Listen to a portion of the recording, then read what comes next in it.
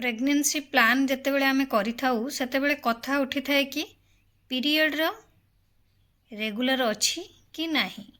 जदि आपण डाक्तर पाखक जाउछंती तेबे डाक्तर भी यही कथा पचारि थांती कि आपणकर पीरियड रेगुलर अच्छी कि नहीं, पीरियड समय रे ठीक से होउछि कि नहीं बा केते दिन पर्यंत होउछि ए सब विषय रे डाक्तर पचारि थांती।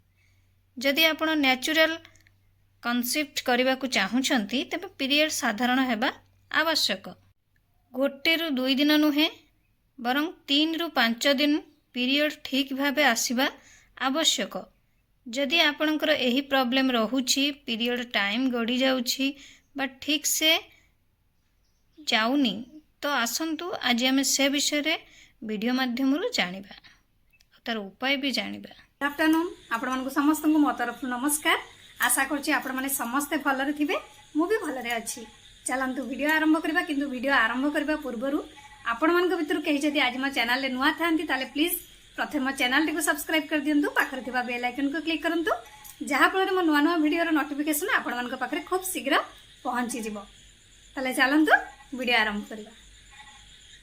जल्दी पीरियड आनिबा पई कोन करि परिबे आपण माने घरे रही, आसंतु से विषय रे हमें वीडियो माध्यम जानिबा। जदि आमिष खाउछंती तेबे खाद्य रे अंडा ऐड करि परिबे। एहा छड़ा रक्तर अभाव कारणरू पीरियड डिले हेइ थाए, सेथि पई आयरन युक्त खाद्य जेमिति कि सेव, डाळिंब, कमला, खजुरी, पालंग, बिलाती एही सबु अधिक मात्रा रे सेवन करंतु। एही सबु खाद्यर मात्रा अधिक बढ़ाई दियंतु, फलरे आपणकर पीरियड ठीक टाइम रे हेबो। एहा छड़ा आपण हळदी पानी भी पी परिबे। सेथि पई गोटे कप गरम पानी रे आधा चमच हळदी मिसाई एहाकू आपण माने पी परिबे। खाली पेट रे सकाळू बा संध्या रे एकू पीबे। जदि आपणकर बॉडी गरम लागुची बा बेसी जानुचंदी जे आपणकर बॉडीटा गरम रहुची, तो आपण माने एहाकू दिन रे थरे पी परिबे।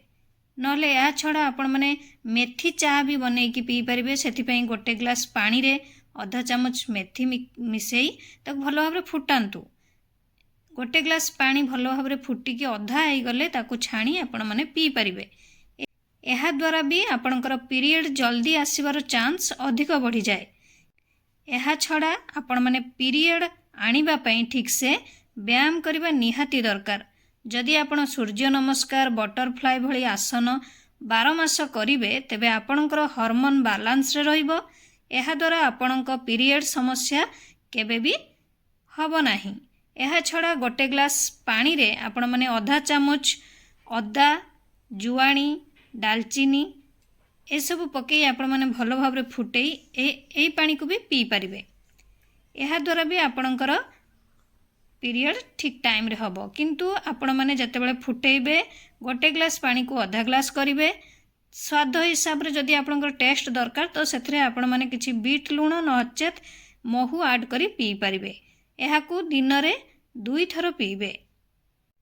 जदि आपणकर पीरियड हेउ न थाए तो पीरियड हेबार 4 दिन पूर्वरु एहाकू पियंतु, देखिबे ठीक ठाक आपणकर पीरियड टाइम टू टाइम आसीबो। आशा करछि आपण मानकु वीडियोटी हेल्पफुल लागिथिबो। जदि हेल्पफुल लागि थाए तो निहाती आपण माने कमेंट माध्यम रे जणाइबे।